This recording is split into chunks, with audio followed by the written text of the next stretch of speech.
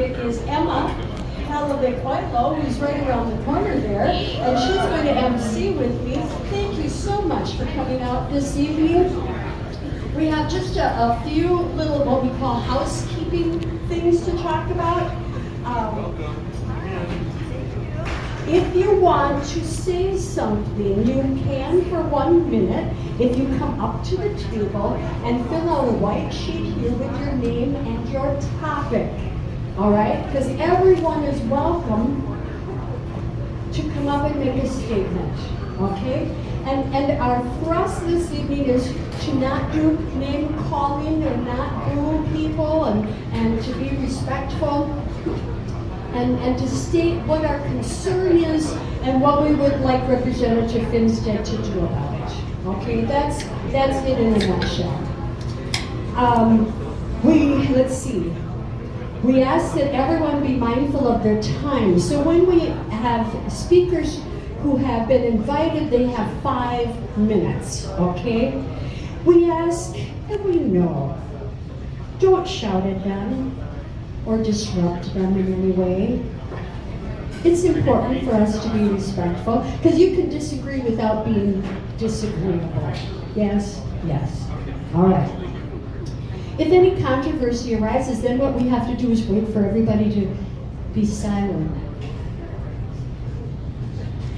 Very good. Like that. That was good. That was really good. All right. Let's see, I'm thinking, what else? If any controversy arises, we might have to ask you to leave. So keep it above board, okay? All right, here we go. There, as you know, have been many federal funding cuts and agencies that have been affected since Trump has come into office. It has adversely affected a lot of the constituents here in CD1, and you might be one of those people.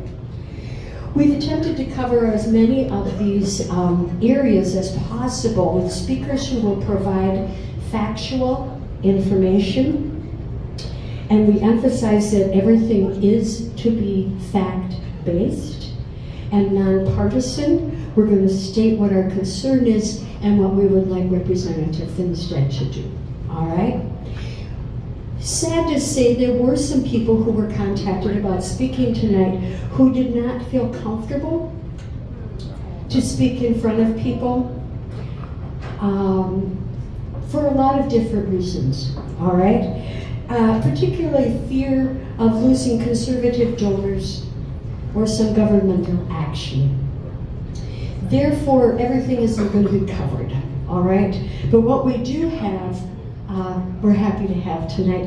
And also over here we have the DFL Rural Caucus, and Julie is here from Chatfield, okay? And if you have information, and if you are not on the email list for this organization, you just come up and put your name and your email, and you will receive announcements then from this group, just this group, all right? So let's get started, shall we? Our first speaker tonight, Carolyn Treadway. She is an area retired teacher, a former Faribault School Board member, and she's going to talk about the impact of educational cuts. Hi. Thanks. I wouldn't have chosen to be the person speaking about education, and yet our leaders in our communities are really afraid to come forward. And that says so much about how our government is working. So we don't have a chair for Representative Finstead tonight, but he'll be right here. Free public education in the United States has been the envy of people around the world. Our public education system promises that every child be given the resources they need to become fully productive citizens. An educated and informed citizenry is bedrock to our democracy. This was a core value of Thomas Jefferson and other founding fathers. Education is the key to a thriving community. to the economy, and to the freedoms of individuals. You've no doubt heard that Mr. Trump and his sidekick, Mr. Musk, want to dismantle the U.S. Department of Education. They are unable to do that by law because only Congress can do that.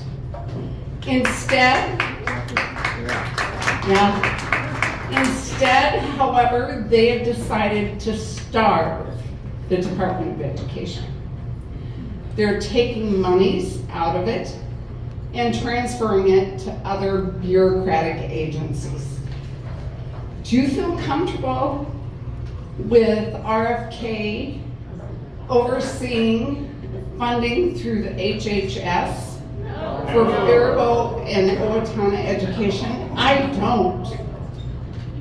Owatonna Schools has almost 5,000 students.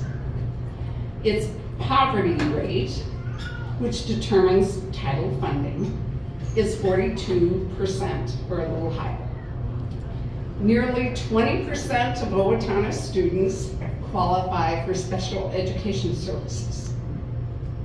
There is every indication that cuts to Owatonna title programs, special ed programs, and school lunch support for low-income students would equal approximately a $6 million cut every year to Owatonna schools.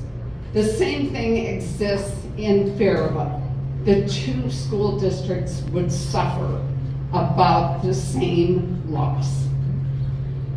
Because Owatonna schools have about 300 more special ed students than Faribault has, it will likely lose even more than the $1.1 million that Faribault district will lose in special ed. Special education services are mandated by federal and state law. Because it's federal funded mandates, we're going to have to find the money somewhere. And it means programs for regular ed students will go away because special ed is mandated. Taxpayers are going to have to pony up. There's no way a city like Owatonna, Albert Lee, Faribault can replace $6 million a year. You can believe that rural schools in CD1 are going to suffer and suffer greatly. An additional $2.5 million in both Owatonna and Faribault will be lost for low-income students to have lunches. This doesn't even count the Food for All program that the DFL passed in the last biennium. There will be no school lunch program if the cuts go forward. Faribault, as well as Owatonna, will lose $1.1 million in title programs. The most well-known of those programs is Title I, which provides reading interventions for struggling students.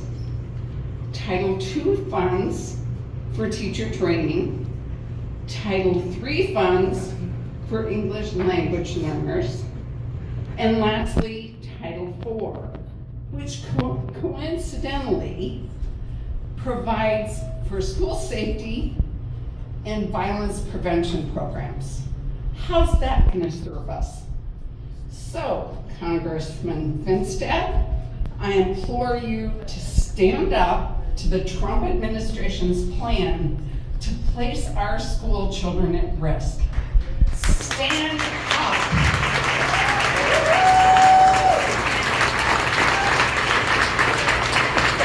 Stand up for CD1 constituents. Do your job. Hi. And why are we here? We vote. Why are we here? Why are we here? One more quick.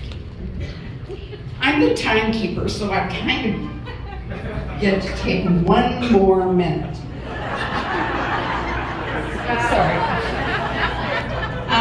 Some of us in this room are part of a group that are meeting with Latino families in Faribault.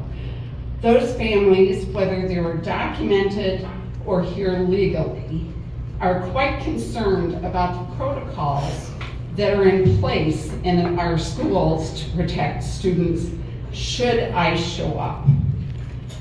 They're looking for advocates, community allies, who would be willing to put your name on a piece of paper and say, yes, we believe Faribault Schools needs to carefully and transparently indicate what the protocol will be. No one's asking them to defy executive orders. We just need to know what the plan is. So I'll pass some of these sheets around. If you don't mind putting your name on it, I would appreciate it. Thank you very much, Carolyn. Next, we'll have Dom Corbel from the Owatonna Community Pathways Food Bank.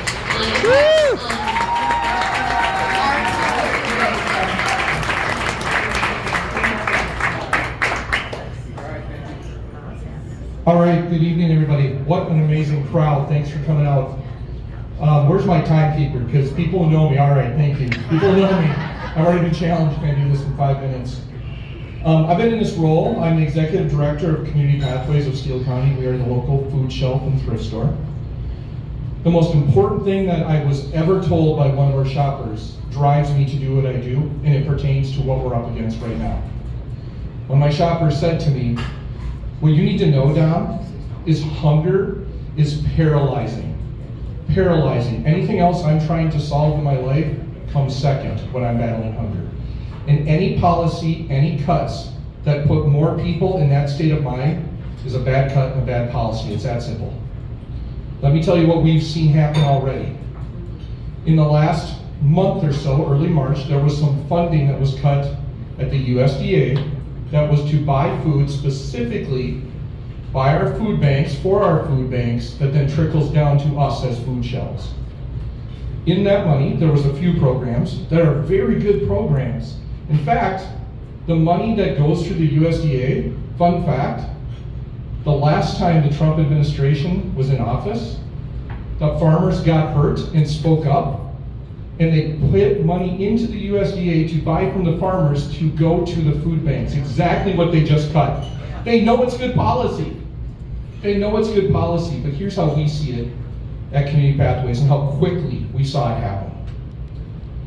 There's two funnels of funding that go to our food banks across the country, including ours here in Minnesota, which is Channel 1 in Rochester. Part of it's through the Farm Bill, and luckily the Farm Bill, while it was supposed to be negotiated this year, has been deferred for, we believe, a year. That funding, it's called TFAP, is solid. It's about 65% of what that funding is that goes to food banks, and it actually goes to purchase food from farmers to give to the food banks. Okay, our farmers are getting hit by this as hard. The other 35% was that USDA funding that I just mentioned. The moment the funding was cut by the USDA, the amount of money going to our food banks, the amount of food going to our food banks dropped overnight by 35%.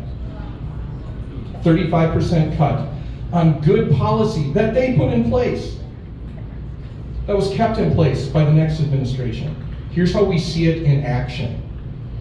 The day that that funding went into place, or that funding was cut, food stopped funneling to the food banks. We found out within a day, an entire shipment of oranges that was being sent to Minnesota to distribute through the food banks to us as food shelves got turned around. We got an emergency call earlier this week. The same thing has just happened with milk. In my 3 years in this role, we've been able to guarantee milk to our shoppers. Guarantee it. Because we could get it through our food bank, through this TFAP funding, through the USDA. We now know that 2 entire semis this week are not coming with milk because it got turned around because of that funding cut. This is bad policy. This is bad policy. Hunger is paralyzing. Here in Steele County, last year we served 4,300 families at least one time. 4,300, 1,900 of them came to us for the first time. In the first 3 months of this year, we've already registered 500 new families and are on pace for another 2,000 new families. We're about to see less food. So not only are we seeing more families because of similar policies, we're gonna have less food on the shelf. And then it hurts us financially. Last year, we were able to purchase through our food bank at about 30 cents a pound. That's an incredible bargain. Something you and I would pay at Hy-Vee $1 a pound. We can get it through the food bank because of this great funding for 30 cents a pound. Make our dollars go further. This year, in the first 3 months, it's risen to 37 cents a pound. 7 cents may not sound like much. Here in Owatonna, I intend to buy 1.5 million pounds of food from our food bank. 7 cents means I need to find over $100,000, at a minimum $98,000 of unbudgeted money, just to make sure the people that we serve get as much food as they need. Overnight. The second part of this, and the one where Representative Finstead needs to hear us, is they're also starting to go after SNAP, which is the old food stamps. If they reduce access to SNAP, and they reduce the number of people eligible, at the same time they're decreasing the amount of food we have access to as a food shelf through that funding that goes to the food bank, we are going to get hit from both sides. This community has been amazing to us. I see a lot of familiar faces out there. I have a lot of donors in this crowd, but it is too much to ask all of you. These changes have to come. They have to come from our representation. Representative Finstead needs to step up. We need to get that funding back in place. It's funding they created. Don't forget that. The Trump administration created that 35%. And don't mess with our SNAP, because I'll end how I started. If any of you have ever battled hunger, it is very simple. My shoppers tell me all the time, hunger is paralyzing, and that's what these cuts are doing to the people we serve. Thank you.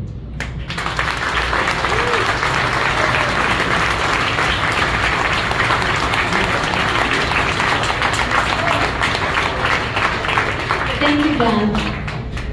Next, I would like to introduce Craig Brendan. Craig is 7 weeks away from retirement as the band director at Masika, but he is going to be talking to us tonight about Veterans Affairs, all right? Craig Brendan.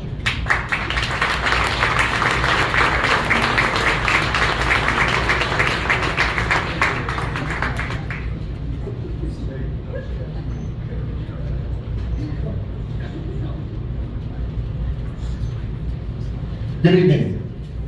What is a veteran? A veteran is someone who at one point in their life signed a blank check for up to and including their life. That's a veteran. That is a real thing. I have friends that have met that check to its ultimate end. So, we talk about veterans. What do we do to support veterans? DEI comes to mind.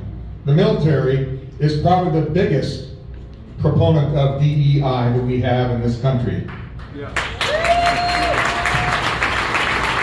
No place will you find more diversity, more equity in advancement and inclusion than in the military. We pride ourselves, being a military veteran, that these are the things that we hold dear. Our job, when I was a leader in the military, my job was to train that person behind me to take my job, to do the work that I was doing as I moved forward, or as I retired. That was part of my job. So, it doesn't matter what color your skin was, what your religion is, what sex you are. DEI in the military is real. Now, there is some things that have happened in the last, 75 days. The administration has looked at diminishing the records of those who are not probably in the same color as they are. We have the Navajo Code Talkers, who probably saved our country. We have the 442 Brigade Combat Team, and I don't know if you know who they are, but in World War II, they're the most decorated combat team of World War II, made up of Japanese Americans that fought in Europe. You go to our veteran cemetery, in particular Arlington, General Colin Powell is on that list also. That dismays me. We have a duty to our veterans as a country to uphold them, to honor them, and to take care of them.